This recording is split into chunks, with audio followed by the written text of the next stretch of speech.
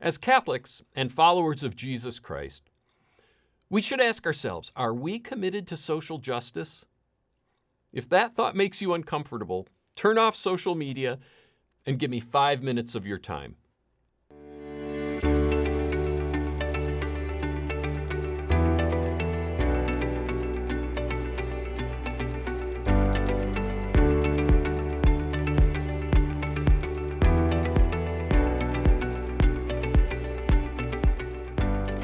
Hi everybody, Matt Brower with the Montana Catholic Conference. About 9 years ago, research out of the Catholic University of America showed that we Catholics are terribly deficient in our understanding of what is known as Catholic social teaching.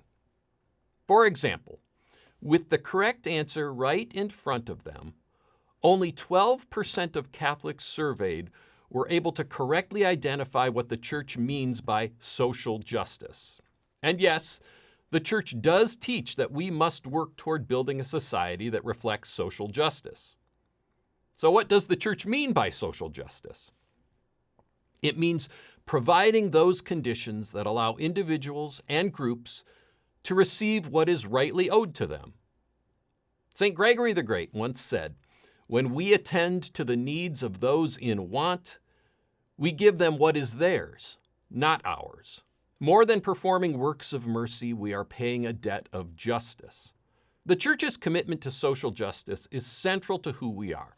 Catholic social teaching really is the wisdom of the Church addressing what it means to build a just world where all people can pursue goodness and truth within the complexities of modern society.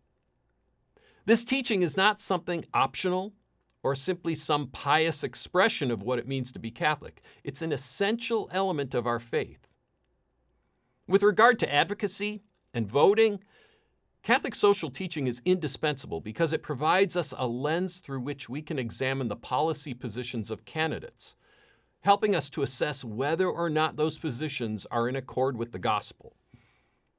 Guiding us in this are the 4 permanent principles or pillars of the Church's social doctrine.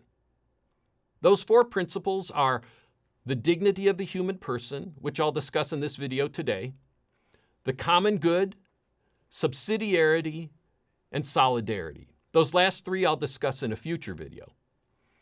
The Church teaches something really profound about these 4 principles. It teaches that these principles express the entire truth about the human person as we know it.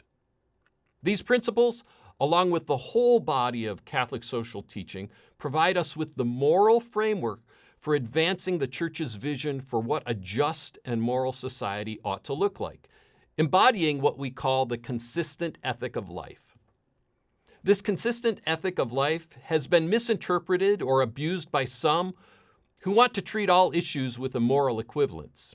And it's been disregarded by others who want to reduce our obligations down to 1 or 2 issues, or simply ignore some serious social or moral issues altogether. But what this ethic truly expresses is the fact that our Catholic commitment to defend human life and dignity is rooted in our obligation to uphold the dignity of every single human person, without exception, in all circumstances and at all times. It expresses this common thread that binds together all social and moral issues impacting the human family.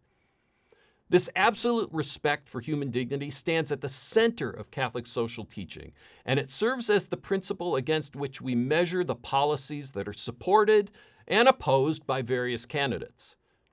This pillar reflects the truth about human dignity, that it comes to us by virtue of the fact that we have been created in the image and likeness of God, redeemed by Jesus Christ, and are called to eternal life, eternal communion with Him. You can see why this is central to the Church's teaching. Just consider for a moment that if you were the only person in the world, Jesus Christ would die an excruciating death for you, just you.